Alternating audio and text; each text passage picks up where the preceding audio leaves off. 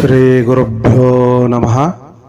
ಗುರುಬ್ರಹ್ಮ ಗುರುವಿಷ್ಣು ಗುರುದೇವೋ ಮಹೇಶ್ವರ. ಗುರು ಸಾಕ್ಷಾತ್ ಪರಬ್ರಹ್ಮ ತಸ್ಮೈ ಶ್ರೀ ಗುರುವೇ ನಮಃ. ಈಗಾಗಲೇ ತಮಗೆ ತಿಳಿದಿರುವಂತೆ ಇವತ್ತಿನ ದಿವಸ ಸಿದ್ಧ ಅರಕೇರಿಯ ಅಮೋಘ ಸಿದ್ಧರ ಚರಿತ್ರೆಯನ್ನು ನಾವು ಶುರು ಮಾಡಲಿದ್ದೇವೆ. ಅದಕ್ಕಿಂತ ಮುಂಚೆ ಈ ಗ್ರಂಥವನ್ನು ನಮ್ಮೂರಿನವರೇ ಆದಂತಹ ನಮ್ಮ ಸ್ನೇಹಿತರು ಸಿದ್ಧಸಿರಿ ಅನ್ನುವಂತಹ ಅಮೋಘ ಸಿದ್ದೇಶ್ವರರ ಈ ಗ್ರಂಥವನ್ನು ಕೊಟ್ಟು ಇವರ ಚರಿತ್ರೆಯನ್ನು ಹೇಳ್ರಿ ಅಂತ ಹೇಳಿ ಕೇಳ್ಕೊಂಡಾಗ ಭಾಳ ಸಂತೋಷ ಆಯಿತು. ಯಾಕಂದ್ರೆ ಅಮೋಘ ಸಿದ್ಧರ ಚರಿತ್ರೆ ಎಷ್ಟು ಅದ್ಭುತವಾಗಿದೆ ಅಂತಂದ್ರೆ ನೀವು ಕೇಳ್ತಾ ಹೋದಂಗೆ ಗೊತ್ತಾಗ್ತೈತಿ. ನಮ್ಮ ಕರ್ನಾಟಕದೊಳಗೆ ಇಂಥ ಒಬ್ಬ ಸಿದ್ಧಿ ಪುರುಷ ನೆಲೆಗೊಂಡಾರು ಅಂತಂದ್ರೆ ಅದು ನಮ್ಮದು ಪೂರ್ವ ಜನ್ಮದ ಪುಣ್ಯ. ನಮ್ಮ ಊರಿನ ಗ್ರಾಮ ದೇವರಾದಂತಹ ಕೆರೆ ಸಿದ್ದೇಶ್ವರರ ಆಶೀರ್ವಾದದಿಂದ ನಾನು ಈ ಚರಿತ್ರೆಯನ್ನು ಶುರು ಮಾಡ್ತಾ ಇದ್ದೇನೆ. ಈ ಗ್ರಂಥವನ್ನು ಮದಗೊಂಡ ದೊಂಡಪ್ಪ ಒಡೆಯರ್ ಅಂದ್ರೆ ಮದಗೊಂಡ ಮಹಾರಾಜರು ಅಂತ ಏನಿದ್ರು ಅವರು ಈ ಗ್ರಂಥವನ್ನು ಬರೆದಿರ್ತಾರೆ. ಆ ಗ್ರಂಥದಲ್ಲಿರುವ ಉಲ್ಲೇಖದಂತೆ ನಾನಿಲ್ಲಿ ಯಾವುದೇ ಪ್ರಸಂಗಗಳನ್ನು ಹೇಳಲಾರದ ಗ್ರಂಥದೊಳಗೆ ಏನೈತಿ ಅದನ್ನೇ ಯಥಾವತ್ತಾಗಿ ಹೇಳುವಂತಹ ಒಂದು ಪ್ರಯತ್ನವನ್ನು ಮಾಡ್ತಾ ಇದ್ದೇನೆ. ಅದಕ್ಕೆ ಶ್ರೋತೃಗಳಾದ ತಾವೆಲ್ಲರೂ ಅಮೋಘ ಸಿದ್ದೇಶ್ವರರ ಇತಿಹಾಸವನ್ನು ತಿಳ್ಕೋಬೇಕು ಅಂಥೇಳಿ ತಮ್ಮಲ್ಲಿ ಕಳಕಳೆಯ ವಿನಂತಿಯೊಂದಿಗೆ ಈ ಕಥೆಯನ್ನು ನಾನು ಪ್ರಾರಂಭ ಮಾಡ್ತಾ ಇದ್ದೇನೆ. ಮೊಟ್ಟ ಮೊದಲಿಗೆ ಅಮೋಘ ಸಿದ್ದೇಶ್ವರರು ಅಮೋಘ ಸಿದ್ಧರು ಅಂಥೇಳಿ ನಾವು ಕರಿತೀವಲ್ಲ, ಈ ಸಿದ್ಧರು ಈಗ ನೆಲೆಗೊಂಡಿರುವಂತಹ ಪ್ರದೇಶ ಯಾವುದು ಅಂತಂದ್ರೆ ವಿಜಯಪುರ ಜಿಲ್ಲೆಯಿಂದ ಸುಮಾರು ಒಂದು 10-15 ಕಿಲೋಮೀಟರ್ ಅಂತರದೊಳಗೆ ಮುಮ್ಮೆಟ್ಟಗುಡ್ಡ ಅಂಥೇಳಿ ಅರಕೇರಿ ಅಂಥೇಳಿ ಆ ಊರ ಹೆಸರು ಮುಮ್ಮೆಟ್ಟಗುಡ್ಡ ಅಂತಲೂ ಕರೀತಾರೆ. ಆ ಪ್ರದೇಶದೊಳಗೆ ಅಮೋಘ ಸಿದ್ಧರು ಬಂದು ಅಲ್ಲಿ ನೆಲೆ ನಿಂತರು. ಈ ಅಮೋಘ ಸಿದ್ಧರು ಯಾರು, ಅವ್ರ ಯಾವ ರೀತಿಯಾಗಿ ಇಲ್ಲಿ ನೆಲೆ ನಿಂತರು ಅನ್ನುವಂತಹದ್ದೇ ಒಂದು ಇತಿಹಾಸ, ಬಹಳ ಅಭೂತಪೂರ್ವವಾದಂತಹ ಇತಿಹಾಸ ಇದೊಂದು. ಈಗಾಗಲೇ ಅಮೋಘ ಸಿದ್ಧರ ಜನನ ಆಗೋಕ್ಕಿಂತ ಮುಂಚೆ ಈ ಅಮೋಘ ಸಿದ್ಧರ 7 ಜನ್ಮಗಳು ಆಗಿ ಹೋಗಿರ್ತಾವ. ಆ 7 ಜನ್ಮಗಳನ್ನು ನಾವು ಹೇಳ್ಕೊಂತ ಹೋದ್ರೆ ಬಹಳ ದೊಡ್ಡದಾದೊಂದು ಒಂದು ಮಹಾಗ್ರಂಥವೇ ಆಗ್ತೈತೆ ಅದು. ಆ 7 ಜನ್ಮಗಳನ್ನು ಮುಗಿಸಿದ ನಂತರ ಮುಂದೆ ಶಿವಪಾರ್ವತಿಯರ ವಾರ್ತಾಲಾಪ ನಡೆಯುವಂಥ ಸಂದರ್ಭದಲ್ಲಿ ಶಿವ ಮತ್ತು ಪಾರ್ವತಿ ಕೈಲಾಸದೊಳಗೆ ಮಾತಾಡ್ಕೊಂತ ಕುಂತಿರ್ತಾರೆ. ಅವಾಗ ತಾಯಿ ಪಾರ್ವತಿ ಒಂದು ಮಾತು ಹೇಳ್ತಾಳೆ. ಏನು ಅಂತಂದ್ರೆ, ಅಲ್ಲ ಮತ್ತು ನಿಮ್ಮಷ್ಟು ನಾನು ಧ್ಯಾನಿಸುವಂಥವಳು ನಿಮ್ಮ ಸಂಗಡ ಇದ್ದು, ಅಂದ್ರೆ ಗಂಡ ಹೇಳ್ತಾಳ ಶಿವನಿಗೆ ಹೇಳಲಿಕ್ಕತ್ತಾಳ, ನಿಮ್ಮ ಸಂಗಡ ಇದ್ದು ನಿಮ್ಮನ್ನ ನೆನೆಯುವಷ್ಟು ಮತ್ಯಾರೂ ಈ ಜಗತ್ತಿನಲ್ಲಿ ನೆನೆಯೋರು ಇಲ್ಲ. ಅಷ್ಟು ನಿಮ್ಮನ್ನು ನಾನು ಹೃದಯದೊಳಗೆ ಇಟ್ಟುಕೊಂಡು ನೆನೆಸ್ತೀನ್ರಿ ಅಂತ ಹೇಳಿ ತಾಯಿ ಪಾರ್ವತಿ ಇದ್ದಕ್ಕೆ ಪರಶಿವನಿಗೆ ಹೇಳ್ತಾಳ. ಆಗ ಶಿವ ಒಂದು ಮಾತು ಹೇಳ್ತಾನ, ನೀನು ತಪ್ಪು ತಿಳ್ಕೊಂಡಿದ್ದಿ ಪಾರ್ವತಿ. ನೀನು ನನ್ನ ಹತ್ತಿರವಿದ್ದ ಮಾತ್ರಕ್ಕೆ, ನನ್ನನ್ನು ಧ್ಯಾನಿಸಿದ ಮಾತ್ರಕ್ಕೆ ನೀನೇ ಸರ್ವಶ್ರೇಷ್ಠಳು ಅಂತ ಹೇಳಿ ತಿಳ್ಕೊಲಿಕ್ಕೆ ಹೋಗಬೇಡ. ನಿನಕ್ಕಿಂತಲೂ ಹೆಚ್ಚಿನದಾಗಿ ನನ್ನನ್ನು ಧ್ಯಾನಿಸುವವರು ಬಹಳಷ್ಟು ಜನ ಇದ್ದಾರ ಅಂತ ಹೇಳಿ ಶಿವ ಒಂದು ಮಾತು ಹೇಳ್ತಾನೆ. ಆಗ ಪಾರ್ವತಿಗೆ ಒಂದು ರೀತಿ ದಿಗ್ಭ್ರಾಂತ ಆಯಿತು. ಇಲ್ಲ, ಯಾವಾಗಲೂ ನಿಮ್ಮ ಹೃದಯ ಸಿಂಹಾಸನದೊಳಗೆ ರಾರಾಜಿಸುವಂಥವಳು ನಾನು, ಅರ್ಧನಾರೀಶ್ವರರು ಅಂಥೇಳಿ ನಮ್ಮನ್ನು ಕರೀತಾರೆ. ನಿಮ್ಮ ದೇಹದ ಅರ್ಧ ಭಾಗವೇ ನಾನು.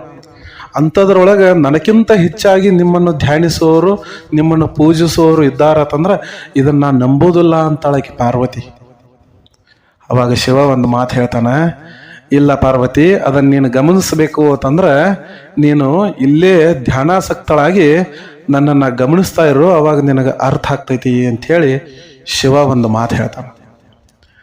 ಆ ಸಂದರ್ಭದೊಳಗೆ ತಾಯಿ ಪಾರ್ವತಿ ಶಿವನನ್ನೇ ಏಕಚಿತ್ತದಿಂದ ಧ್ಯಾನಿಸುತ್ತ ಕುಳಿತುಕೊಂಡ್ಬಿಡ್ತಾಳೆ. ಯಾರು ನನಗಿಂತ ಹೆಚ್ಚು ಈ ಶಿವನನ್ನ, ನನ್ನ ಗಂಡನನ್ನ ಧ್ಯಾನಿಸೋರು ಅಂಥೇಳಿ ಅವಳು ಗಮನಿಸ್ಲಿಕ್ಕೆ ಶುರು ಮಾಡ್ತಾಳೆ. ಆ ಸಂದರ್ಭದೊಳಗೆ ನೋಡ್ರಿ, ಓಂಕಾರನಾದ ಎಲ್ಲೆಲ್ಲೂ ಕೈಲಾಸದಲ್ಲಿ ಓಂಕಾರನಾದ ಕೇಳಲಿಕ್ಕೆ ಶುರು ಆಯಿತು. ಓಂ ಓಂ ಓಂ ಅಂಥೇಳಿ ಒಂದೊಂದು ಶಬ್ದ ಆ ಪಾರ್ವತಿಯ ಕಿವಿ ಮ್ಯಾಗ ಆರಾಧಿಸ್ಲಿಕ್ಕಿತ್ತು. ಯಾರಿದು ಓಂಕಾರ ಶಬ್ದವನ್ನ ಇಷ್ಟು ಜೋರಾಗಿ ಅನ್ಲಿಕ್ಕತ್ತಾರ, ಇಷ್ಟು ದಿವಸ ಯಾಕೆ ನನಗೆ ಕೇಳಿಸ್ಲಿಲ್ಲ ಇದು? ಅವಾಗ ಹಂಗೆ ಗಮನಿಸ್ತಾ ಇದ್ದಾಗ ಯಾವಾಗ ಆ ಶಿವಪಾರ್ವತಿಯರು ಕೂಡುವಂತಹ ಏನ ಪೀಠ ಇತ್ತು, ಆ ಪೀಠದ ಮೇಲೆ ಒಂದು ಮಗು ಆಡ್ಲಿಕ್ಕೆ ಶುರು ಆಯ್ತು. ಒಂದು ಮಗು ಏನಪ್ಪಾ ಅಂತಂದ್ರ ಬಾಲ್ಯಾವಸ್ಥೆ ಹಸುಗೂಸು ಕೈಕಾಲು ಬಿಚ್ಚಿ ಆಡ್ಲಿಕ್ಕಿತ್ತು, ಕೆಲ ನಗಲಕ್ಕಿತ್ತು. ಆ ಶಬ್ದ ಪಾರ್ವತಿ ಕಿವಿ ಮ್ಯಾಗ ಬಿತ್ತು. ಇದೇನಿದು ವಿಚಿತ್ರ, ನಾವು ಕೂಡುವಂತಹ ಪೀಠದೊಳಗೆ ಈ ಮಗು ಐತಲ್ಲ ಅಂತ ಹೇಳಿ. ಆಗ ಪಾರ್ವತಿ ದೇವಿಯನ್ನ ಕುರಿತು ಶಿವ ಅಂತಾನೆ, ಸತೀದೇವಿ ಪಾರ್ವತಿ ದೇವಿ ನೋಡು, ಈ ಮಗು ಸಾಮಾನ್ಯ ಮಗು ಅಲ್ಲ. ಕಳೆದ 7 ಜನ್ಮಗಳಿಂದ ಇದು ನಿರಂತರವಾಗಿ ಗುರು ಸೇವೆಯೊಳಗೆ ತೊಡಗಿದಂತಹ ಮಗು. ಇದು ಅದರ ಮುಂದಿನ ಜನ್ಮ. ಮತ್ತ ಗುರು ಸೇವೆಗಾಗಿ ಇವ ಉದಯಿಸಿ ಬಂದಾನ. ಇವನ ಚರಿತ್ರೆ, ಇವನ ಲೀಲೆ, ಇವನ ಇತಿಹಾಸ ಕೇಳಿದ್ರೆ ಇದು ಬಹಳ ಅಮೋಘವಾದಂತಹ ಮಗು ಐತಿದು. ಇಂಥ ಅಮೋಘವಾದಂತಹ ಮಗು ಎಲ್ಲಿಯೂ ಏನಪ್ಪಾ ಅಂತಂದ್ರ ಸೃಷ್ಟಿಯೊಳಗೆ ಹುಟ್ಟಿಲ್ಲ, ಮುಂದೆ ಹುಟ್ಟುವುದೂ ಇಲ್ಲ. ಅಂಥ ಅಮೋಘವಾದಂತಹ ಮಗು, ಸಿದ್ಧ ಪುರುಷನಾಗಿದ್ದಂತಹ ಮಗು, ಇವನು ಅಮೋಘ ಸಿದ್ಧ ಅಂಥೇಳಿ ಶಿವ ಏನು ಮಾಡ್ತಾನ ಅಂತಂದ್ರೆ ಪಾರ್ವತಿ ದೇವಿಯ ಮುಂದೆ ಅದನ್ನು ಉಚ್ಚಾರ ಮಾಡ್ತಾನೆ. ಇಷ್ಟಾದ ಕೂಡಲೇ ಪಾರ್ವತಿ ದೇವಿ ಕಣ್ಣು ಬಿಟ್ಟು ಅದನ್ನು ನೋಡ್ತಾಳೆ. ನೋಡಿದ ಕೂಡಲೇ ಬಹಳ ಪ್ರಸನ್ನ ಚಿತ್ತವಾದಂತಹ ಮಗು, ಎಷ್ಟು ಅದ್ಭುತವಾದ ಮಗು, ಯಾರೇ ನೋಡಿದ್ರು ಅದನ್ನು ಎತ್ಕೊಂಡು ಮುದ್ದಾಡಬೇಕು ಅಂಥ ಅದ್ಭುತವಾದ ಮಗು. ಆ ಮಗುವನ್ನು ಎತ್ಕೊಂಡು ನೋಡ್ರಿ, ತಾಯಿಯ ಗರ್ಭದಿಂದ ಏನು ಬಂದಿಲ್ಲದ ಮಗು. ಪಾರ್ವತಿ ದೇವಿಯು ಕೂಡ ಆ ಮಗುವಿನ ತಾಯಿ ಅಲ್ಲ. ಅದರ ವಿಪರ್ಯಾಸ ಏನು ಗೊತ್ತದೇನು? ಮಗು ಅಳುವಂತಹ ಸಂದರ್ಭದಲ್ಲಿ ಪಾರ್ವತಿ ದೇವಿಯ ಏನು ವಕ್ಷಸ್ಥಳ ಇತ್ತು, ಸ್ತನಭಾಗ, ಆ ಸ್ತನಗಳಲ್ಲಿ ಹಾಲು ಚಿಮ್ಮಲಿಕ್ಕೆ ಶುರು ಆಯಿತು. ತಾಯ್ತನದ ಅರಿವು ಪಾರ್ವತಿ ದೇವಿಗಾಯ್ತು. ಮಗುವಿನ ಮ್ಯಾಗ ಬಹಳ ಅಂದ್ರೆ ಬಹಳ ಪ್ರೀತಿ ಉಕ್ಕಿ ಬತ್ತು. ತಾನ ಸ್ವತಃ ಆ ಮಗುವಿಗೆ ಹಾಲು ಉಣಿಸ್ತಾಳೆ. ನೋಡ್ರಿ, ಎಂಥ ಅಮೋಘ ಸಿದ್ಧರ ಚರಿತ್ರೆ ಇದು.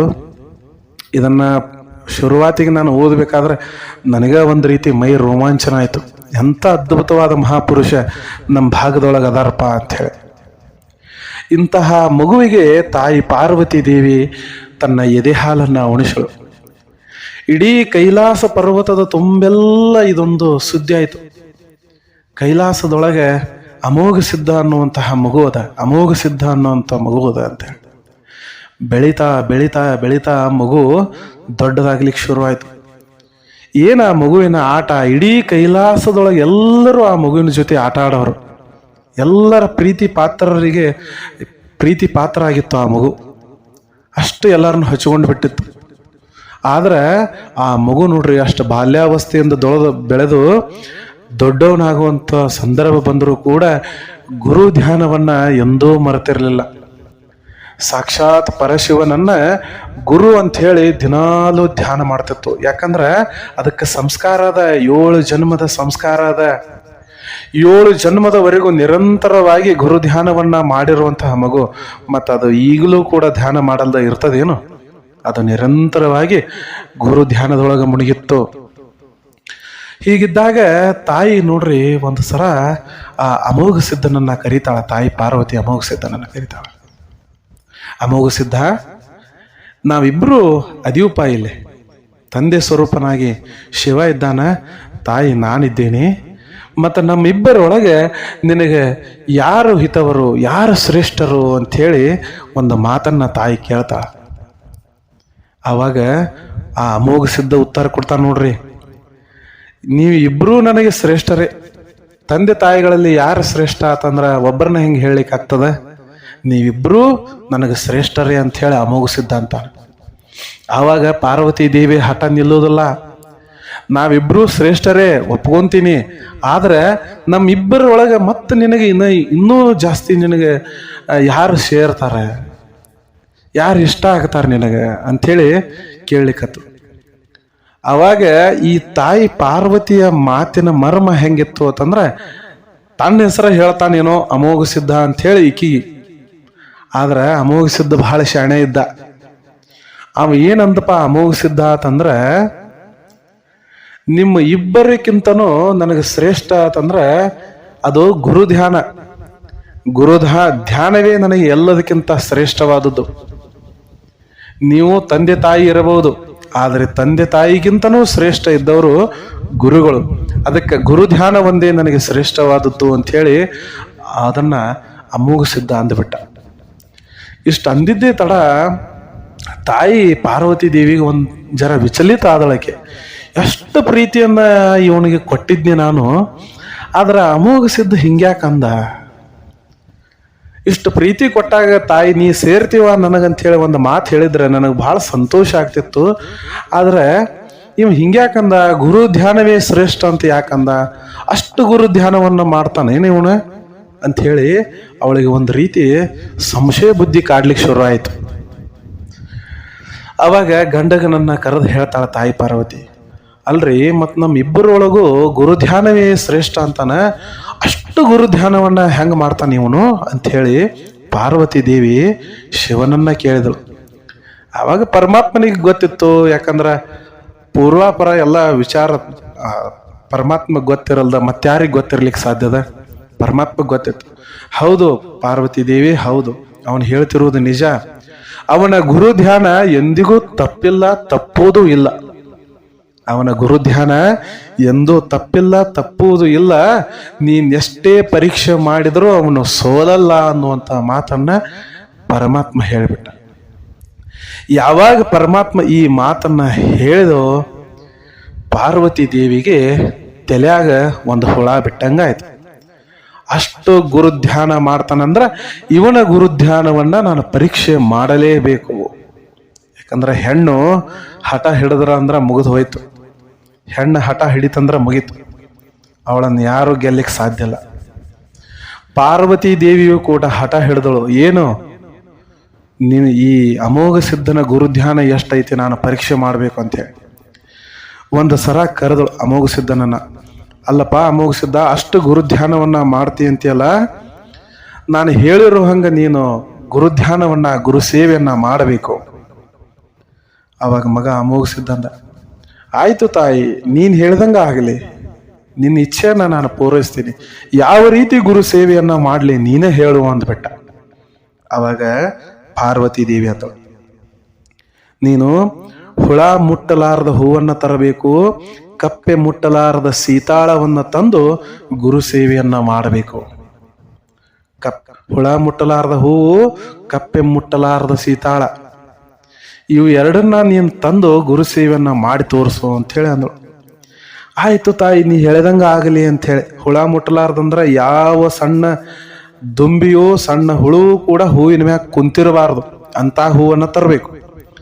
ಕಪ್ಪೆ ಮುಟ್ಟಲಾರದ ಸೀತಾಳ ಅಂತಂದ್ರೆ ಯಾವ ನೀರಿನಲ್ಲಿಯೂ ಕಪ್ಪೆ ವಾಸವಾಗಿರಬಾರ್ದು ಅಂತ ನೀರನ್ನ ತಗೊಂಡ್ಬರ್ಬೇಕು. ಆಯ್ತು ಅಂತ ಹೇಳಿ ಈ ಅಮೋಘ ಸಿದ್ಧರು ಏನು ಮಾಡಿರು ಅಂತಂದ್ರೆ, ಆ ಭೂಲೋಕವನ್ನೆಲ್ಲ ಸುತ್ತಾಡಿ ನೀರ ಹೂವನ್ನು ತರಬೇಕು ಅಂತ ಹೇಳಿ ಭೂಲೋಕದ ಕಡೆ ಬಂದ್ರು. ಭೂಲೋಕದ ಕಡೆ ಬಂದಾಗ ಎಲ್ಲ ಕಡೆ ಹುಡುಕ್ಯಾಡೋರು ಜಂಬೂ ಬೆಟ್ಟ ಅಂತ ಹೇಳಿ ಒಂದು ಬೆಟ್ಟ ಇತ್ತು. ಆ ಬೆಟ್ಟಕ್ಕೆ ಹೋಗಿ ಅಲ್ಲಿ ಒಂದು ಬಾವಿ, 65 ಪಾವಟಿಕೆಗಳು ಉಳ್ಳಂತಹ ಸೋಪಾನ ಬಾವಿ ಅದು. ಅದೊಂದು ಬಾವಿ ಈ ಅಮೋಘ ಸಿದ್ಧರ ಕಣ್ಣಿಗೆ ಬಿತ್ತು. ಆಯ್ತು ಅಂತ ಹೇಳಿ ಅಮೋಘ ಸಿದ್ಧರು ಆ ಕಟ್ಟೆಯನ್ನ ಇಳಿದು ತಳಗ ಬರ್ತಾರೆ. ತಳಗ ಬರು ತಡ ಇಲ್ದ ನೋಡ್ರಿ, ಒಳಗ 7 ಹೆಡೆಯ ಸರ್ಪ ಒಂದು ಕುಂತು ಬಿಟ್ಟಿತ್ತು. 7 ಹೆಡೆಯ ಸರ್ಪ ಒಂದು ಹೆಡೆ ಬಿಚ್ಚಿ ಕುಂತು ಬಿಟ್ಟಿತ್ತು. ಅಮೋಘ ಸಿದ್ಧರು ಅದನ್ನ ನೋಡ್ತಾರೆ. ಅಮೋಘ ಸಿದ್ಧರನ್ನ ನೋಡ್ತಾರ. ಹಾವು ಹೇಳಿತು, ಯಾರಪ್ಪ ನೀನು, ಈ ಬಾವಿಗೆ ಯಾಕೆ ಬಂದಿ? ಅವಾಗ ಅಮೋಘ ಸಿದ್ಧರಂತಾರ, ನಾನು ಗುರು ಸೇವೆ ಮಾಡಬೇಕಾಗೈತಿ. ತಂದೆ ಸ್ವರೂಪನಾದಂತಹ ಪರಶಿವನೇ ನನಗೆ ನಿಜವಾದ ಗುರು. ಅದಕ್ಕೆ ಆ ಗುರು ಸೇವೆ ಮಾಡ್ಲಾಕ ತಾಯಿ ಪಾರ್ವತಿ ಆಜ್ಞೆ ಆಗೈತಿ. ನನಗೆ ಹುಳ ಮುಟ್ಟಲಾರದ ಹೂವು ಮತ್ತು ಕಪ್ಪೆ ಮುಟ್ಟಲಾರದ ಸೀತಾಳ ಬೇಕಾಗಿತ್ತು, ಅದಕ್ಕೆ ನಾನು ಬಂದೇನಿ ಅಂತೇಳಿ. ಆಯ್ತು ಅಂತ ಹೇಳಿ ಆ ಕಟ್ಟೆಯನ್ನು ಇಳಿದು ಹೋಗುವಂಥ ಸಂದರ್ಭದಾಗ ಸರ್ಪ ಹೇಳಿತು, ನಿನ್ನ ಹೆಸರು ಏನು ಅಂತ ಹೇಳಿ ಕೇಳಿದಾಗ, ನನ್ನ ಹೆಸರು ಅಮೋಘ ಸಿದ್ಧ. ಅಮೋಘ ಸಿದ್ಧ ಅಂಥೇಳಿ ಅಂದ ಕೂಡಲೇ ಹಾವಿಗೆ ಏನು ಅರ್ಥ ಆಯ್ತೋ ಏನೋ. ಹಾವು ಹೇಳಿತು, ಅಮೋಘ ಸಿದ್ಧನೇ, ನಿನ್ನ ಹೆಸರನ್ನ ನಾನು ಸಾಕಷ್ಟು ಕಡೆ ಕೇಳಿದ್ದೆ, ಆದರೆ ನಿನ್ನನ್ನು ನೋಡುವಂತಹ ಭಾಗ್ಯ ನನಗಿಲ್ಲ. ನನಗೆ ಎರಡೂ ಕಣ್ಣುಗಳ ಕಾಣಿಸಂಗಿಲ್ಲ. ಅದಕ್ಕೆ ನನಗೆ ಕಣ್ಣು ಕಾಣುವಂಥ ವರವನ್ನ ಕೊಟ್ಟು ನೀನು ಈ ಬಾವಿಯೊಳಗೆ ಇಳಿ ಅಂಥೇಳಿ ಆ ಏಳು ಹೆಡೆಯ ಸರ್ಪ ಹೇಳಿತು. ಆಯ್ತು ಅಂಥೇಳಿ ಅಮೋಘ ಸಿದ್ಧರು ಆ ಸರ್ಪದ ಹೆಡೆಯ ಮೇಲೆ ಕೈ ಆಡಿಸಿದ್ರು. ಸರ್ಪಕ್ಕೆ ಕಣ್ಣು ಬಂತು. ಆಯ್ತು, ಇನ್ನು ನೀವು ಒಳಗೆ ಹೋಗು ಅಂಥೇಳಿ ಅವಕಾಶ ಕೊಟ್ಟಾಗ ಅಮೋಘ ಸಿದ್ಧರು ಬಾವಿಯೊಳಗೆ ಇಳಿದು ಇನ್ನೇನು ನೀರು ತಗೋಬೇಕಾಗಿತ್ತು. ಪಾರ್ವತಿ ದೇವಿ ಚಿತ್ತಿತ್ತು ನೋಡ್ರಿ, ಕಪ್ಪೆ ಮುಟ್ಟಲಾರ್ದ ಸೀತಾಳ ತರಬೇಕು ಅಂಥೇಳಿ. ಪಾರ್ವತಿ ದೇವಿ ಏನ್ ಮಾಡಿಳು ಅಂತಂದ್ರ ಒಂದು ಕಪ್ಪೆಯನ್ನ ಬಾವಿಯೊಳಗೆ ಬೀಳುವಂಗ ಮಾಡಿಬಿಟ್ಲು. ಪಟಕ್ಕನ ಒಂದು ಕಪ್ಪೆ ಜಿಗದ ಬಾವಿಯೊಳಗೆ ಬಿದ್ದು ನೀರು ತರ್ಲಾಕ ಯೋಗ್ಯ ಅಲ್ಲ, ಕಪ್ಪೆ ಮುಟ್ಟಲಾರ್ದ ಸೀತಾಳ ತಗೊಂಬ ಅಂತ ಹೇಳ್ಯಾಳ ತಾಯಿ ಪಾರ್ವತಿ.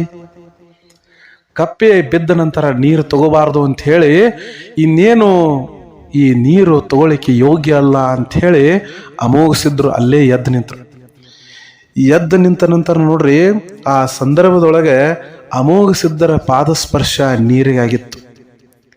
ಆ ಸಂದರ್ಭದೊಳಗೆ ಬಾವಿಯೊಳಗಿಂದ 7 ಜನ ಜಕಣಿಯರು ಪ್ರತ್ಯಕ್ಷರಾದರು. 7 ಜನ ಜಕಣಿಯರ ಪ್ರತ್ಯಕ್ಷ ಆಗಿ ಅಮೋಘ ಸಿದ್ಧರಿಗಂತಾರ ಅವರು ಜಕಣಿಯರು, ತಂದೆ ನಿನ್ನ ಪಾದಸ್ಪರ್ಶದಿಂದ ನಾವು ಪುನೀತರಾದೀವಿ, ನಿಮ್ಮ ಆಶೀರ್ವಾದ ಸದಾ ನಮ್ಮ ಮೇಲೆ ಇರಲಿ ಅಂತ ಹೇಳಿ ಅವರು ಬೇಡ್ಕೊಂಡಾಗ ಅವಾಗ ಅಮೋಘ ಸಿದ್ಧರಂದ್ರು, ನನ್ನ ಆಶೀರ್ವಾದ ನಿಮ್ಮ ಮ್ಯಾಗ ಸದಾ ಇರ್ತೈತಿ. ಕಲಿಯುಗದೊಳಗೆ ಶೀಲ ಸಿದ್ಧನ ಮಠದಲ್ಲಿ ನಿಮ್ಮ ಹೆಸರಿನಿಂದ ಜಕ್ಕೇರಿ ಹಂಗೋಡ ತೆಗೆಸುತ್ತೇನೆ ಅಂತ ಹೇಳಿ ಆಶೀರ್ವಾದ ಮಾಡ್ರಿ. ಜಕ್ಕೇರಿ ಹಂಗೋಡ ತೆಗೆಸುತ್ತೇನೆ ಶೀಲ ಸಿದ್ಧರ ಮಠದೊಳಗೆ ಅಂಥೇಳಿ ಆಶೀರ್ವಾದ ಮಾಡ್ರು. ಈಗಲೂ ಕೂಡ ಸೊಲ್ಲಾಪುರದ ಆಚೆಗಾವದೊಳಗೆ ಶೀಲ ಸಿದ್ಧರ ಮಠದೊಳಗೆ ಜಕ್ಕೇರಿ ಹಂಗೋಡ ಅನ್ನುವಂಥದ್ದು ಐತಿ. ಈಗಲೂ ಅದನ್ನು ನಾವು ನೋಡಬಹುದು. ನೋಡ್ರಿ, ಯಾವಾಗ ಮಾಡಿರುವಂಥ ಆಶೀರ್ವಾದ ಈಗಲೂ ನಾವು ಅದನ್ನು ನೋಡ್ತೀವಿ. ಆಯಿತು ಅಂಥೇಳಿ ಆಶೀರ್ವಾದ ಮಾಡಿ ಖಾಲಿ ಕೊಡ ತಗೊಂಡಕ್ಸಿಂದ ಮ್ಯಾಗ ಬರ್ಲಾಕತ್ತಿದ್ರು ಅಮೋಘ ಸಿದ್ಧರು. ಯಾಕಂದ್ರೆ ನೀರಿನ ಯೋಗ್ಯ ಅಲ್ಲದು, ಕಪ್ಪಿ ಬಿದ್ದು ಬಿಟ್ಟೈತಿ. ಖಾಲಿ ಕೊಡ ತೊಂದು ಮ್ಯಾಗ ಬರುವಂಥ ಸಂದರ್ಭದೊಳಗೆ ಸರ್ಪ ಏನು ಮಾಡಿತು, ಯಪ್ಪ ಇಂಥ ಮಹಾಪುರುಷ ಇದ್ದಿ, ಇಂಥ ಮಹಾಪುರುಷನೇ ಇದೀನಿ, ನನಗೆ ಇನ್ನೊಂದು ವರ ಕೊಟ್ಟು ಹೋಗಬಾರ್ದ ನೀನು ಅಂಥೇಳಿ 7 ಹೆಡೆಯ ಸರ್ಪ ಕೇಳ್ಕೊಂತ ಅಮೋಘ ಸಿದ್ಧರಿಗೆ. ಅವಾಗ ಅಮೋಘ ಸಿದ್ಧರಂದ್ರು, ಅಲ್ಲಪ್ಪ ನಿನಗೆ ಈಗಾಗಲೇ ಬರುವ ಸಂದರ್ಭದೊಳಗೆ ಒಂದು ವರ ಕೊಟ್ಟೇನಿ, ಕಣ್ಣು ಕಾಣ್ತಿಲ್ಲಾಗಿತ್ತು, ನಿನಗೆ ಕಣ್ಣು ಕಾಣುವಂಗ ಮಾಡೇನಿ, ಒಂದು ವರ ಕೊಟ್ಟೇನಿ, ಮತ್ತ ಇನ್ನೊಂದು ವರ ಬೇಡ್ತಿಯಲ್ಲ, ನಿಂದೇನು 1 ನಾಲಿಗೋ 2 ನಾಲಿಗೋ ಅಂಥೇಳಿ ಅಮೋಘ ಸಿದ್ಧರು ಯಾವಾಗ ಅಂದ್ರಲ್ಲ, ಆವಾಗ ಆ 7 ಹೆಡೆಯ ಸರ್ಪದ ನಾಲಿಗೆ ಸೀಳಿ 2 ನಾಲಿಗೆ ಆಯ್ತು. 2 ನಾಲಿಗೆ, ಹಾವಿಗೆ 2 ನಾಲಿಗೆ ಅಂತೀವಲ್ಲ, ಇದ ನೋಡ್ರಿ ಅದರ ಅರ್ಥ. ಯಾವಾಗ ಆ ಅಮೋಘ ಸಿದ್ಧರು ಕೊಟ್ಟಂತಹ ಒಂದು ಮಾತು, ಅವಾಗ ನಿಂದೇನ 1 ನಾಲಿಗೋ 2 ನಾಲಿಗೋ, ಈಗಾಗಲೇ ವರ ಕೇಳಿದಿ, ಮತ್ತೆ ಕೇಳಿ ಕತ್ತಿಯಲ್ಲ. ಅವಾಗ ಸೀಳಿದಂತಹ ನಾಲಿಗೆ 2 ನಾಲಿಗೆ, ಹಾವಿಗೆ 2 ನಾಲಿಗೆ ಆಯ್ತು ಅಂತ ಹೇಳಿ ಅಲ್ಲಿಂದ ಅಮೋಘ ಸಿದ್ಧರು ದಟ್ಟವಾದ ಕಾಡಿನೊಳಗೆ ಸುತ್ತಾಕೊಂತ ಬರ್ಲಿಕ್ಕತ್ರು. ಆ ಸಂದರ್ಭದೊಳಗೆ ನೋಡ್ರಿ, ಒಂದು ಘಟನೆ ಏನ್ ನಡೀತಂದ್ರ, ತಿರುಗಾಡ್ಕೊಂತ ಬರುವಂತ ಸಂದರ್ಭದೊಳಗೆ ಒಂದು ಬನ್ನಿ ಮಹಾಕಾಳಿ ಅಂಥೇಳಿ ನೀವು ಈಗಾಗಲೇ ಬಹಳ ಸರ ನನ್ನ ಚರಿತ್ರೆ ಒಳಗೆ ಕೇಳಿರಿ. ಬನ್ನಿ ಮಹಾಕಾಳಿ ಮರ ಅಂಥೇಳಿ ಒಂದು, ಆ ಬನ್ನಿ ಮಹಾಕಾಳಿ ಮರ ಅಂಥೇಳಿ ಏನು ಒಂದಿತ್ತು, ಆ ಮರದ ಎಲೆಯ ಮೇಲೆ ಇಬ್ಬನಿ ಏನು ಬಿದ್ದಿತ್ತಲ್ಲ ಮಂಜು, ಆ ಮಂಜಿನ ಹನಿಗಳೆಲ್ಲ ಮುತ್ತಿನ ರೀತಿ ಹೊಳಿತಿದ್ದು. ಯಾವಾಗ ಅಮೋಘ ಸಿದ್ಧರು ಆ ಕಾಡಿನ ಮಧ್ಯ ತಿರುಗಾಡ್ಕೊಂತ ಬರ್ತಿದ್ರು, ಬನ್ನಿ ಮಹಾಕಾಳಿಯ ಮರದಿಂದ, ಆ ಮರದ ಎಲೆಗಳಿಂದ ಸುರಿದ ಒಂದೊಂದೇ ಮಂಜಿನ ಹನಿಗಳು ಮುತ್ತಿನ ರೂಪದೊಳಗೆ ಆ ಹೆಗಲ ಮ್ಯಾಗ ಏನು ಕೊಡ ಇಟ್ಕೊಂಡಿದ್ರಲ್ಲ, ಬಿಂದಿಗೆ ಇಟ್ಕೊಂಡಿದ್ರಲ್ಲ ಅಮೋಘ ಸಿದ್ಧರು, ಆ ಬಿಂದಿಗೆ ಒಳಗೆ ಬಂದ್ ಬೀಳ್ತಿದ್ದು ನೋಡ್ರಿ. ಎಂತಹ ಪ್ರಕೃತಿ ನೋಡ್ರಿ ಇದು, ಎಂತಹ ಪ್ರಕೃತಿ, ಎಂತಹ ದೈವ ಶಕ್ತಿ. ಯಾವುದನ್ನ ತಾಯಿ ಪಾರ್ವತಿ ಪರೀಕ್ಷೆ ಮಾಡ್ಬೇಕಂತ ಹೇಳಿ ಅಂಡ್ಕೊಂಡಾಳ, ಪ್ರಕೃತಿ ಅಮೋಘ ಸಿದ್ಧನಿಗೆ ಸಾಥ್ ಕೊಡ್ಲಾಕತ್ತೈತಿ. ಆ ಮರದ ಎಲೆಯಿಂದ ಜಾರಿರುವಂತಹ ಮಂಜಿನ ಹನಿಗಳು ಮುತ್ತಿನ ರೂಪದೊಳಗೆ ಬಿಂದಿಗೆ ಒಳಗೆ ಬೀಳಲಿಕ್ಕೆ ಶುರುವಾಯಿತು. ಬಿಂದಿಗೆ ನಿಧಾನವಾಗಿ ತುಂಬಲಿಕ್ಕೆ ಶುರುವಾಯಿತು. ಮುಂದೆ ಹೋದಂಗ ಒಂದು ದೊಡ್ಡದಾದಂಥ ಹೆಬ್ಬಾವು, ಆ ಹೆಬ್ಬಾವು ಮರಕ್ಕೆ ಸುತ್ತಕೊಂಡೈತಿ. ಹೆಬ್ಬಾವದ ತಲೆಯ ಮೇಲೆ ಸುದರ್ಶನ ಚಕ್ರ ಒಂದು ತಿರುಗಲಾಕತೈತಿ. ಹೆಬ್ಬಾವಿನ ತಲೆಯ ಮೇಲೆ ಸುದರ್ಶನ ಚಕ್ರ ತಿರುಗಲಾಕೈತಿ. ಅಮೋಘ ಸಿದ್ಧರು ನೋಡ್ರಿ, ಏನಿದು ಹೆಬ್ಬಾವಿನ ತಲೆಯ ಮೇಲೆ ಸುದರ್ಶನ ಚಕ್ರ ತಿರುಗಲಾಕತೈತಿ. ಸಮೀಪ ಹೋಗಿ ನೋಡ್ತಾರ, ಸುದರ್ಶನ ಚಕ್ರದ ಮೇಲೊಂದು ಪುಷ್ಪ, ಸುದರ್ಶನ ಚಕ್ರದ ಮೇಲೊಂದು ಪುಷ್ಪ. ಅಮೋಘ ಸಿದ್ಧರಂದ್ರು, ಓಹೋ, ಯಾವುದೂ ಹುಳುಗಳು ಮುಟ್ಟಲಾರದಂತಹ ಪವಿತ್ರವಾದ ಹೂವು ಅಂದ್ರೆ ಇದೇ ಇರಬೇಕು ಅಂತ ಹೇಳಿ ಅಮೋಘ ಸಿದ್ಧರು ಆ ಪುಷ್ಪವನ್ನ ತಗೊಂಡ್ರು. ಆಯ್ತು, ಪಾರ್ವತಿ ದೇವಿ ಹೇಳಿದಂಗ ನೀರು ಸಿಕ್ತು, ಪುಷ್ಪಾನು ಸಿಕ್ತು. ಎರಡೂ ತಗೊಂಡು ಇನ್ನೇನು ಧಾವಿಸಿ ಬರಬೇಕಾಗಿತ್ತು. ಪಾರ್ವತಿ ಇದಕ್ಕ ಅಡ್ಡಿ ಮಾಡ್ಬೇಕಲ್ಲ, ಪಾರ್ವತಿ ದೇವಿ ಈ ಕೆಲಸಕ್ಕೆ ಅಡ್ಡಿ ಮಾಡ್ಬೇಕು ನೋಡ್ರಿ. ಅದಕ್ಕೆ ಪಾರ್ವತಿ ದೇವಿ ಅಡ್ಡಿ ಮಾಡ್ಲು. ಏನ್ ಮಾಡ್ಲು ಅಂತಂದ್ರ, ಹೆಂಗಾದ್ರೂ ಮಾಡಿ ಅಮೋಘ ಸಿದ್ಧನ ಏನು ಗುರು ಸೇವೆ ಐತ್ಲ ಇದನ್ನು ತಪ್ಪಿಸ್ಬೇಕು. ಇದನ್ನ ತಪ್ಪಿಸಿನಂದ್ರ ಅವಾಗ ಇದ್ರೊಳಗೆ ನಾನು ಗೆಲ್ತೀನಿ, ಅವನು ಸೋಲ್ತಾನೋ ಅಂತ ಹೇಳಿ ಅದಕ್ಕೆ ಅವನ ತಪೋಭಂಗ ಮಾಡಬೇಕು ಅಂಥೇಳಿ ಬಾಳಕಾವತಿ ಅನ್ನುವಂತಹ ಒಂದು ಸುಂದರವಾದ ಸ್ಪೃದ್ರೂಪಿಯಾದ ಮಹಿಳೆಯನ್ನ ಸೃಷ್ಟಿ ಮಾಡಿಳು. ಯಾರು? ತಾಯಿ ಪಾರ್ವತಿ ದೇವಿ. ಆ ಬಾಳಕಾವತಿ ಹೆಂಗಿದ್ದಳು ಅಂತಂದ್ರೆ ಬಹಳ ಸ್ಪೃದ್ರೂಪಿಯಾದ ಮಹಿಳೆ.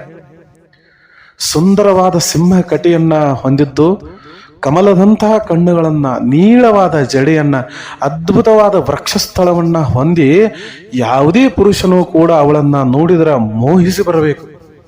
ಅಂತಹ ಸ್ಪೃದ್ರೂಪಿಯಾದ ಮಹಿಳೆಯನ್ನ ಈ ಅಮೋಘ ಸಿದ್ಧನ ಮುಂದೆ ಕಳಿಸಿಬಿಟ್ಲು. ಹೆಂಗಾದ್ರೂ ಮಾಡಿ ಇವನ ತಪ ಭಂಗ ಆಗಬೇಕು. ಆದ್ರೆ ಅಮೋಘ ಸಿದ್ಧ ಹಂಗೆಲ್ಲ ಅದಕ್ಕೆ ಅಂಜುವನಲ್ಲ, ಅಳಕುವವನಲ್ಲ.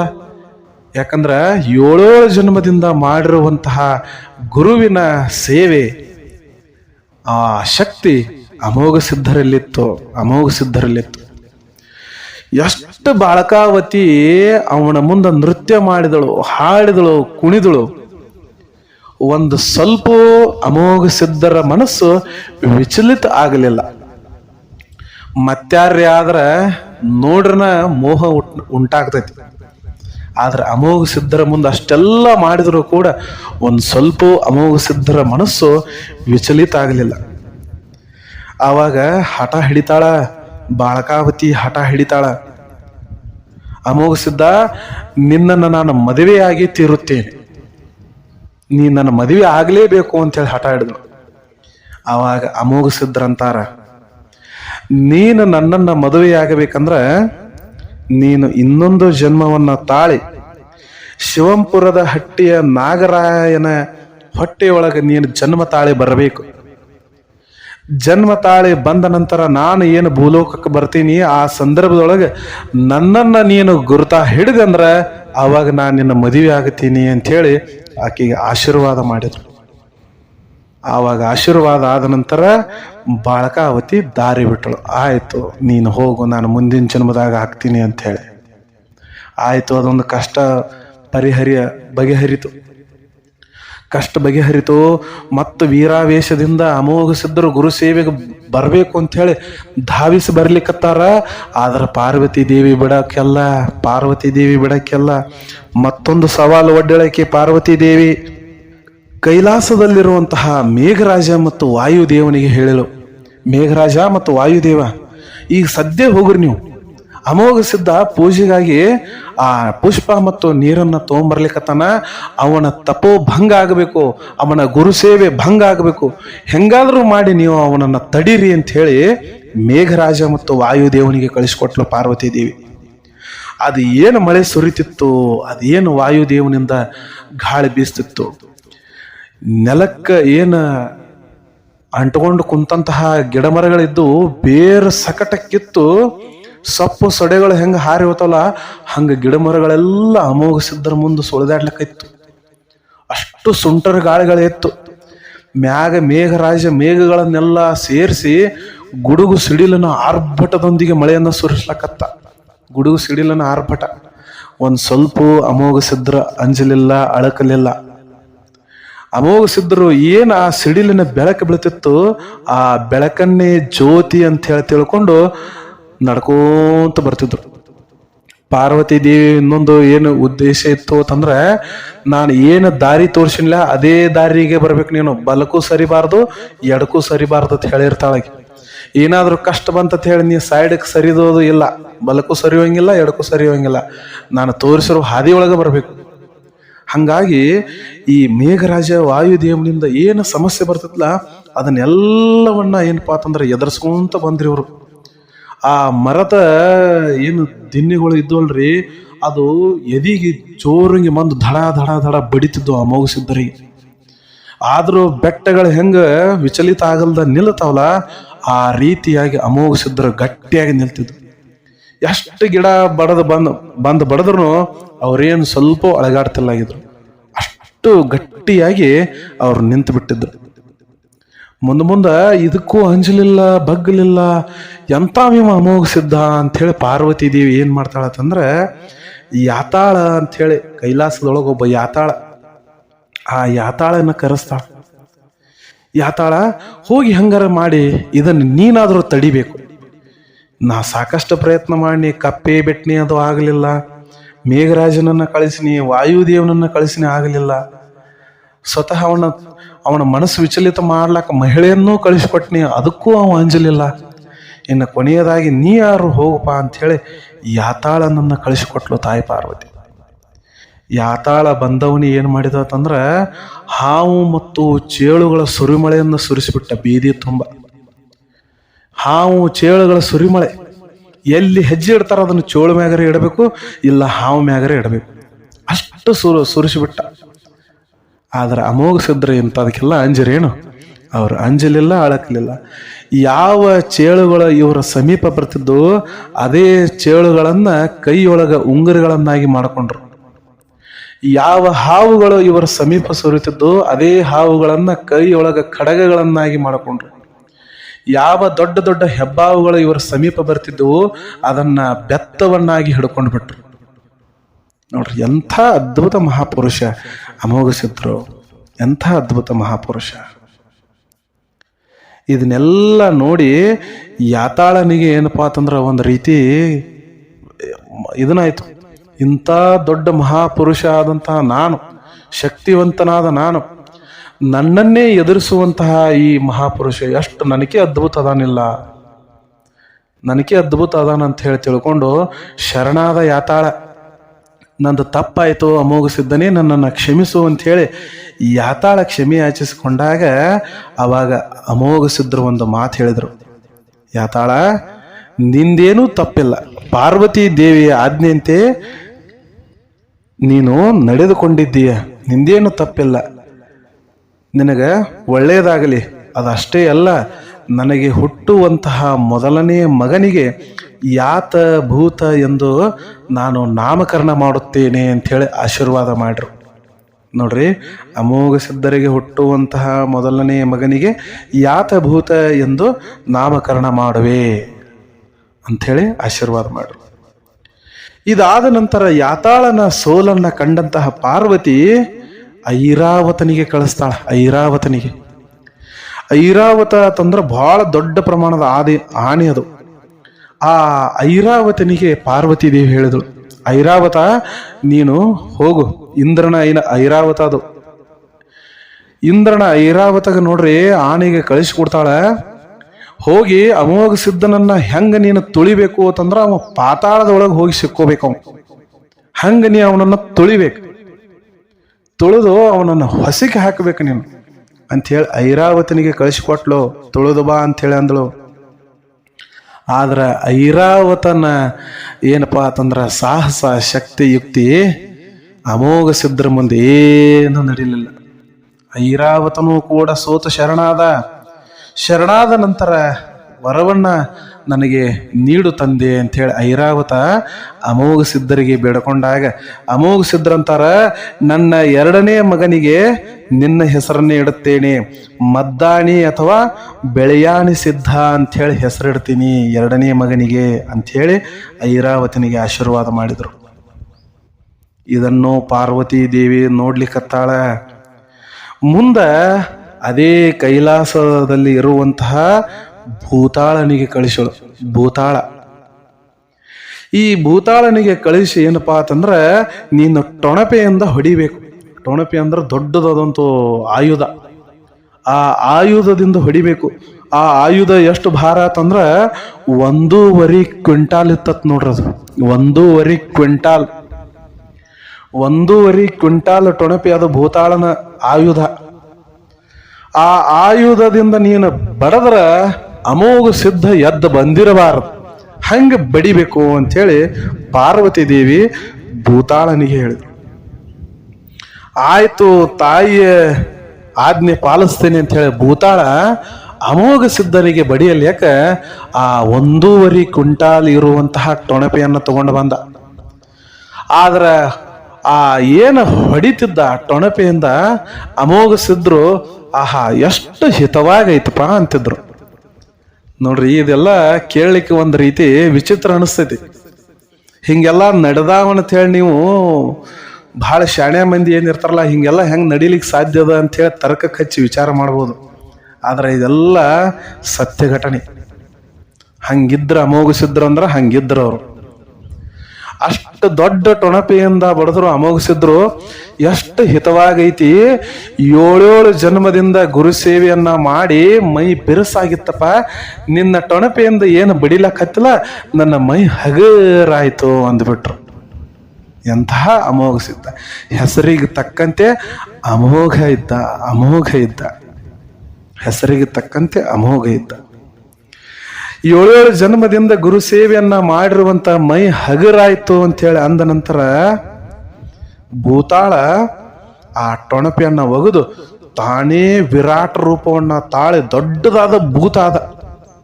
ದೊಡ್ಡ ಭೂತ ಅಂದ್ರೆ ಏನು, ಎಂಥದ್ದನ್ನ ಬಡದ ಬಾಯ ಹಾಕೋತಾನಪ್ಪ ಅನ್ನುವಂಗ ದೊಡ್ಡ ವಿರಾಟ ರೂಪ, ದುಷ್ಟ ವಿಕರಾಳ ರೂಪವನ್ನ ತಾಳಿದ, ಭೂತದ ರೂಪವನ್ನ ತಾಳಿದ. ಇನ್ನೇನು ನಿನ್ನ ನುಂಗಿ ಬಿಡ್ತಾನ ಅಮೋಘ ಸಿದ್ಧ ಅಂತ ಹೇಳಿ ತಗೋಬೇಕಾಗಿತ್ತು. ಆದ್ರೆ ಅಮೋಘ ಸಿದ್ಧರು ಭೂತಾಳನ ಕೈಗೆ ಸಿಗಲಿಲ್ಲ. ಎಷ್ಟು ಅಮೋಘ ಸಿದ್ಧನನ್ನ ಹಿಡಿಬೇಕು ಅಂತ ಹೇಳಿ ಭೂತಾಳ ಪ್ರಯತ್ನ ಪಟ್ಟರು, ಅಮೋಘ ಸಿದ್ಧರು ಸಿಗಲೇ ಇಲ್ಲ.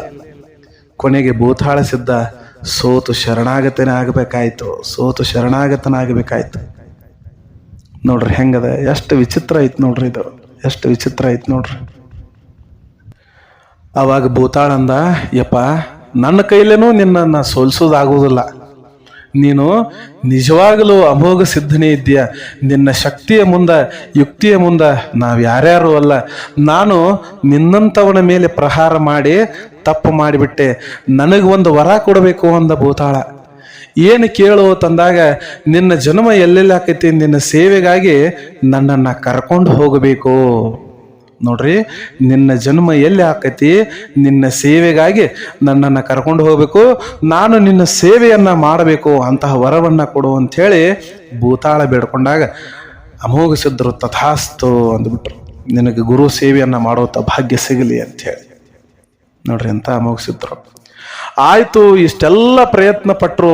ಏನು ಪಾರ್ವತಿ ದೇವಿಗೆ ಅವನನ್ನ ಅಮೋಘ ಸಿದ್ಧನನ್ನ ಸೋಲಿಸ್ಲಿಕ್ಕೆ ಆಗಲೇ ಇಲ್ಲ. ಕೈಲಾಸ ಮಂಟಪದೊಳಗ ಅಮೋಘ ಸಿದ್ಧರು ಬಂದೇ ಬಿಟ್ರು. ಏನದು ಎಲ್ಲ ಇಡೀ ಕೈಲಾಸ ಮಂಟಪವೇ ಜೈಕಾರ, ಅಮೋಘ ಸಿದ್ಧರಿಗೆ ಜೈ, ಅಮೋಘ ಸಿದ್ಧರಿಗೆ ಜೈ ಜೈಕಾರ. ಇಡೀ ಕೈಲಾಸ ಮಂಟಪ ಮಂತ್ರ ವಾದ್ಯಗಳಿಂದ ಕಂಗೊಳಿಸ್ಲಕ್ಕಿತ್ತು, ಆರಾಧಿಸ್ಲಕ್ಕಿತ್ತು, ಜೈಕಾರದಿಂದ ಮೊಳಗಲಿಕ್ಕಿತ್ತು. ಅಮೋಘ ಸಿದ್ಧರು ಬಂದ್ರು ಇನ್ನೇನು ಬಂದು ಗುರು ಸೇವೆಯನ್ನ ಮಾಡಬೇಕು ಅಂತ ಹೇಳಿ ಸಿಂಹಾಸನದ ಮ್ಯಾಗ ಎಲ್ಲ ಪೂಜಾ ಕೈಂಕರ್ಯಗಳನ್ನ ಆ ಹೂವು ಹಣ್ಣು ಹಾವು ಏನೇನು ತಂದಿದ್ರಲ್ಲ ಎಲ್ಲ ಇಟ್ರು. ಆ ಸಂದರ್ಭದೊಳಗೆ ಪಾರ್ವತಿ ದೇವಿ ನೋಡ್ರಿ ಇಲ್ಲಿ ಬಿಡ್ಲಿಲ್ಲ, ಸಿಂಹಾಸನವನ್ನ ಅಳಿಗಾಡ್ಸಲಿಕ್ಕೆ ಶುರು ಮಾಡ್ಲು, ಗುರುಪೀಠವನ್ನ ಅಳಿಗಾಡ್ಸಲಿಕ್ಕೆ ಶುರು ಮಾಡ್ಲು. ಇಡೀ ಗುರುಪೀಠ ಸಿಂಹಾಸನ ಎಲ್ಲ ಅಳಿಗಾಡ್ಲಿಕ್ಕೆ ಶುರು ಆಯ್ತು. ಅವಾಗ ಅಮೋಘ ಸಿದ್ಧರಂದ್ರು, ನಿಲ್ಲು, ಅಳಿಗಾಡಬೇಡ, ಅಳಿಗಾಡಲ್ದ ನನ್ನ ಪೂಜೆಗೆ ನನ್ನ ಸೇವೆಗೆ ನಿನ್ನ ಸಹಾಯ ಸಹಕಾರ ಬೇಕಾಗೈತಿ. ನೀನು ಸಹಾಯ ಮಾಡಿದ್ದ ಆದ್ರೆ ನನ್ನ 3ನೇ ಮಗನಿಗೆ ನಿನ್ನ ಹೆಸರನ್ನೇ ಇಡುತ್ತೇನೆ ಅಂತ ಹೇಳಿ ಆ ಪೀಠಕ್ಕೆ ಏನು ಹೇಳಿದ್ರು, ಪೀಠ ಅಳಿಗಾಡಲಾರ್ದ ನಿಂತು ನೋಡ್ರಿ. 3ನೇ ಮಗುವಿಗೆ ಆ ಹೆಸರು ಇಡ್ತಾನಂದ್ರ ಅಮೋಘ ಸಿದ್ಧರು. ಆಯ್ತು ಅಂತ ಹೇಳಿ ಇನ್ನು ದೀಪ ಹಚ್ಚಬೇಕು ಅಂತ ಹೇಳಿ ಎಲ್ಲ ಕಡೆ ದೀಪ ಹಚ್ಚಲಿಕ್ಕತ್ರ ಅಮೋಘ ಸಿದ್ಧರು. ಆದ್ರೆ ಪಾರ್ವತಿ ದೇವಿ ತನ್ನ ಮುತ್ತಿನ ಸೆರಗಿತ್ತಲ್ಲ, ಆ ಸೆರಗದಿಂದ ಇಡೀ ದೀಪವನ್ನು ಆರಿಸ್ಬಿಟ್ಲು. ದೀಪ ಹತ್ತಬಾರದು ಅಂತ ಹೇಳಿ ದೀಪ ಆರಿಸಿದಳು. ಆ ಸಂದರ್ಭದೊಳಗೆ ಅಮೋಘ ಸಿದ್ಧರಂತಾರ, ದೀಪಗಳೇ ಆರಬೇಡಿ, ನನಗೆ ಇನ್ನೂ ಒಂದು ಮಗು ಐತಿ, ನನ್ನ ಕೊನೆಯ ಮಗನಿಗೆ ಜ್ಯೋತಿ ಕಾಣಪ್ಪ ಅಂತ ಹೇಳಿ ಹೆಸರಿಡ್ತೀನಿ, ನೀವು ಯಾರು ದೀಪಗಳು ಆರಬಾರ್ದು ಅಂತ ಹೇಳಿ ಆಜ್ಞೆ ಇಟ್ರು ಅಮೋಘ ಸಿದ್ಧರು. 4ನೇ ಮಗನಿಗೆ ಹೆಸರಿಡ್ತಾನಂತಂದ್ರು. ಅವಾಗ ಮತ್ತೆಲ್ಲ ದೀಪಗಳೆಲ್ಲ ಹತ್ತಿ ಉರಿಲಿಕ್ಕೆ ಶುರು ಆಯ್ತು. ಪೀಠ ರೆಡಿ ಆಯ್ತು, ಪೂಜಾ ಸಾಮಾನುಗಳು ಬಂತು, ಎಲ್ಲ ದೀಪ ರೆಡಿ ಆಯ್ತು. ಇನ್ನೇನು ಧೂಪಾರ್ತಿ ಮಾಡಬೇಕಾಗಿತ್ತು, ಗುರು ಸೇವೆಯ ಧೂಪಾರ್ತಿಯನ್ನ ಮಾಡಬೇಕಾಗಿತ್ತು. ಧೂಪಾರ್ತಿ ಹಾಕುವಂತ ಸಂದರ್ಭದಲ್ಲಿ ದೊಡ್ಡದಾದಂಥ ಒಂದು ಜ್ವಾಲೆ ಉದಯಿಸಿ ಬಂದ್ಬಿಡ್ತು. ಜ್ವಾಲೆಯನ್ನ ಉದಯಿಸಿ ಏನು ಜ್ವಾಲೆ ಬಹುದೊಡ್ಡ ಜ್ವಾಲೆ, ಬೆಂಕಿ ಕೆನ್ನಾಲಿಗೆ ಬಂದ್ಬಿಡ್ತು. ಆ ಜ್ವಾಲೆ ಬಂದಾಗ ಜ್ವಾಲಾದೇವಿ ಅದರೊಳಗೆ ಉದ್ಭವ ಆಗಿಬಿಟ್ಲು.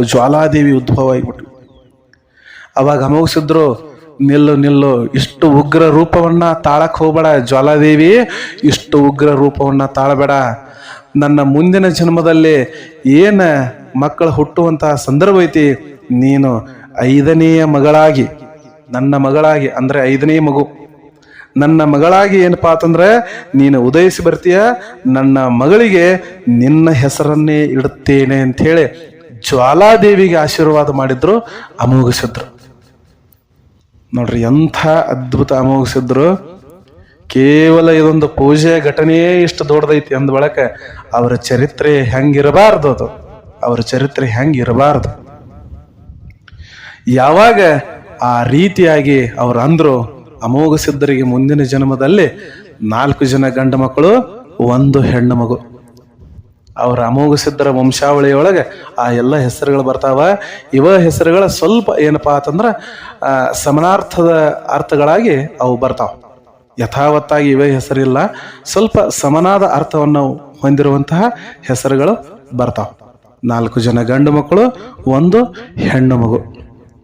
ಹಿಂಗ ಗುರುಸೇವೆಯನ್ನ ಕೈಲಾಸದೊಳಗೆ ಮಾಡಿರುವಂತಹ ಆ ಮಹಾಪ್ರಭು ಅಮೋಘ ಸಿದ್ಧರನ್ನ ಮೆಚ್ಚಿ ಸತಿಪತಿಗಳು ಪಾರ್ವತಿ ದೇವಿ ಮತ್ತು ಶಿವ ಮಾತಾಡ್ಕೊಂತಾರೆ. ತಾಯಿ ಸತಿದೇವಿ ಏನಿದ್ದಳ ಪಾರ್ವತಿ ದೇವಿಗೆ ಶಿವ ಅಂತಾನ. ಅಲ್ಲ ಈಗಲಾದ್ರೂ ಗೊತ್ತಾಯ್ತಿಲ್ಲ, ಪರೀಕ್ಷೆ ಮಾಡ್ಲಕ್ ಹೋದ್ರ ಅವನು ಎಂದೂ ಸೋಲುವವನಲ್ಲ. ಲೋಕವನ್ನ ಉದ್ಧಾರವನ್ನ ಮಾಡ್ಲಿಕ್ಕಾಗಿ ಅವನು ಜನಿಸಿರುವಂತವನು. ಅವನ ಮುಂದಿನ ಜನ್ಮ ಇನ್ನೇನು ಭೂಲೋಕದೊಳಗ ಐತಿ. ಅವ ಗುರು ಸೇವೆಯನ್ನ ಮಾಡ್ಲಿಕ್ಕೆ ಹುಟ್ಟ್ಯಾನ. ಏನು ಭೂಲೋಕದೊಳಗ ಅನ್ಯಾಯ ಅಕ್ರಮ ಹಿಂಸೆ ಏನೇನ ನಡಿಲಿಕ್ಕತ್ತದಲ್ಲ ಅದನ್ನೆಲ್ಲವನ್ನ ಬಗೆಹರಿಸಿ ಜನರಲ್ಲಿ ಭಕ್ತಿಯನ್ನ ಮೂಡಿಸಲಿಕ್ಕೆ ಉದಯಿಸಿದಂತಹ ಸಿದ್ಧ ಪುರುಷನೇ ಅಮೋಘ ಸಿದ್ಧ ಅಂತ ಹೇಳಿ ಅಲ್ಲಿ ಕೈಲಾಸದೊಳಗೆ ಶಿವ ಪರಮಾತ್ಮ ಹೇಳಿಕತ್ತಾನ. ಅವಾಗ ಪಾರ್ವತಿ ಅಂದಳು, ನಂದು ತಪ್ಪಾಯ್ತ್ರಿ, ನನ್ನನ್ನು ಕ್ಷಮಿಸ್ರಿ. ನಾನು ಅಮೋಘ ಸಿದ್ಧನಿಗೆ ಮಾಡಿರುವಂಥದ್ದು ಪರೀಕ್ಷೆಗಳ ವಿನಃ ಅವನನ್ನ ಕೆಟ್ಟದಾಗಿ ಬಿಂಬಿಸುವ ಅರ್ಥದಿಂದ ಅಲ್ಲ. ಅವನ ಶಕ್ತಿ ಯುಕ್ತಿಗಳು ಕೇವಲ ಕೈಲಾಸಕ್ಕೆ ಅಷ್ಟೇ ಅಲ್ಲದೆ ಜಗತ್ತಿಗೂ ಕೂಡ ಅದನ್ನು ತಿಳಿಬೇಕು. ಜಗತ್ತಿಗೂ ಕೂಡ ಇವನ ಇತಿಹಾಸ ಗೊತ್ತಾಗಬೇಕು ಅನ್ನುವಂಥ ಕಾರಣಕ್ಕಾಗಿ ನಾನು ಅವನನ್ನು ಪರೀಕ್ಷಿಸಿದ್ದೇನೆ ಹೊರತು ಮತ್ಯಾವುದೂ ಕಾರಣಕ್ಕಾಗಿ ಅಲ್ಲ. ನನ್ನ ಆಶೀರ್ವಾದ ಸದಾ ಅಮೋಘ ಸಿದ್ಧನ ಮ್ಯಾಗ ಇರ್ತೈತಿ ಅಂಥೇಳಿ ಸತಿಪತಿಗಳು ಕೂಡಿ ಅಮೋಘ ಸಿದ್ಧನಿಗೆ ಆಶೀರ್ವಾದ ಮಾಡಿದ್ರು. ಮ್ಯಾಗ ಒಂದು ಮಾತು ಹೇಳ್ತಾರ, ನೋಡಪ್ಪ, ಇನ್ನು ನೀನೇನು ಮಾಡು, ಭೂಲೋಕಕ್ಕೆ ಹೋಗಿ ಲೋಕವನ್ನ ಉದ್ಧಾರ ಮಾಡುವಂತಹ ಕೆಲಸದೊಳಗೆ ತೊಡಗು ಅಂಥೇಳಿ ಶಿವ ಪಾರ್ವತಿಯರು ಆಶೀರ್ವಾದ ಮಾಡ್ತಾರ.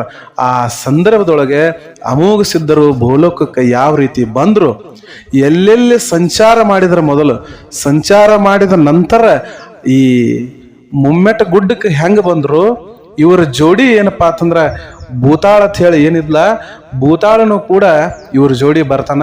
ಅದು ಯಾವ ರೀತಿ ಬಂದು ಆ ಮುಮ್ಮೆಟ ಗುಡ್ಡದೊಳಗೆ ಅರಕೇರಿ ಒಳಗೆ ನೆಲೆಸ್ತಾನ ಅಮೋಘ ಸಿದ್ಧ ಅನ್ನುವಂತಹ ವಿಚಾರವನ್ನ ನಾನು ಮುಂದಿನ ಭಾಗದಲ್ಲಿ ತಮಗೆ ತಿಳಿಸ್ತೇನೆ. ಅಲ್ಲಿಯವರೆಗೂ ಸರ್ವೇ ಜನಃ ಸುಖಿನೋ ಭವಂತು, ಸಕಲ ಸನ್ಮಂಗಳಾನಿ ಭವಂತು. ನಮಸ್ಕಾರ.